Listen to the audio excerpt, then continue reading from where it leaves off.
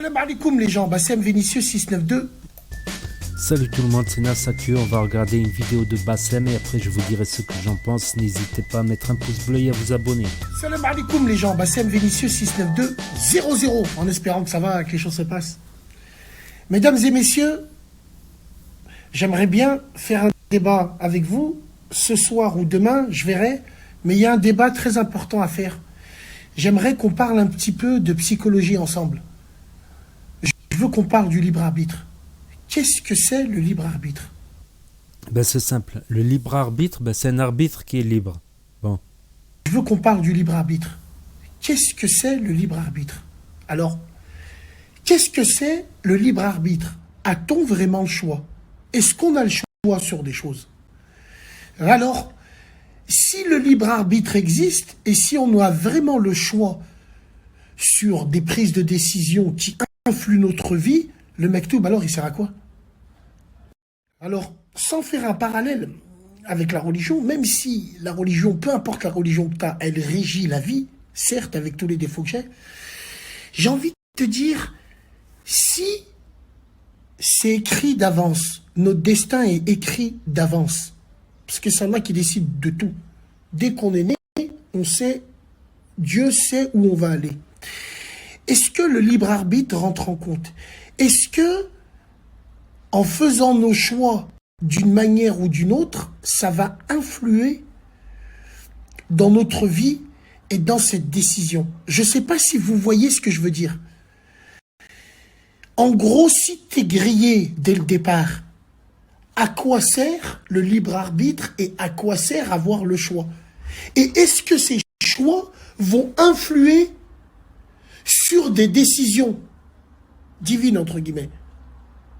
Putain, ma tête, elle va exploser, bordel. Dieu, Allah, pour nous, c'est dès le départ où tu vas aller. Alors, pourquoi, suivant des choix, ça va déterminer là où tu vas aller? Si lui, c'est dès le départ où tu vas aller, est-ce que mon libre arbitre, est-ce que mes choix feront en sorte d'éviter l'un ou d'éviter l'autre? Je ne sais pas si vous comprenez ce que je veux dire.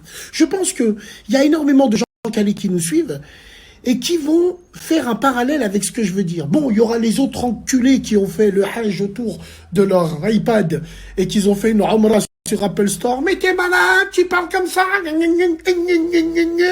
C'est tous les gens du net qui comprennent absolument rien. Je compte sur vous pour ça. Essayez de me donner vos avis. Alors, je vais essayer de parler à Samir, à des frères qui allaient à la religion, dans la religion, à la radio, pour éviter qu'on dise n'importe quoi. C'est important. Très important même. Mais, tu vois, la question mérite d'être posée.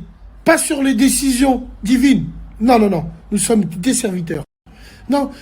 La question mérite d'être posée dans la psychologie. Wallahi, c'est très important qu'on parle un petit peu de ça. Du choix, du libre arbitre. Que veut dire le choix et le libre arbitre quand tu es condamné d'avance? Ouais, allez. On essaiera de se caler ça ce soir ou demain soir, Inch'Allah. Salam alaikum les gens.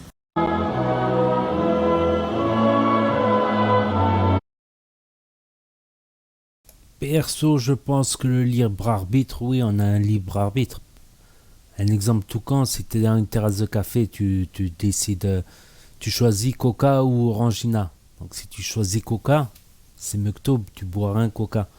Tu boiras pas un Orangina. Et si tu as choisi Orangina, c'est Mektoub. Ça sera écrit que tu boiras un Orangina. C'est-à-dire que même tes décisions sont Mektoub. Même si tu es libre, tu penses être libre, mais Kulchi Mektoub. Mais tes propres décisions, c'est du Mektoub, je pense. Je vois ça dans ce sens-là, voilà, pour pas se torturer le cerveau. Tout simplement, je pense. C'est intéressant comme sujet, mais je suis pas assez calé en religion, tout ça. Je me suis intéressé un peu à la religion, à la lecture, tout ça, mais pas assez pour parler de ça. Donc n'hésitez pas à me dire ce que vous en pensez, à mettre un pouce bleu, à vous abonner, à cliquer sur la cloche, et je vous dis à très bientôt pour de nouvelles vidéos.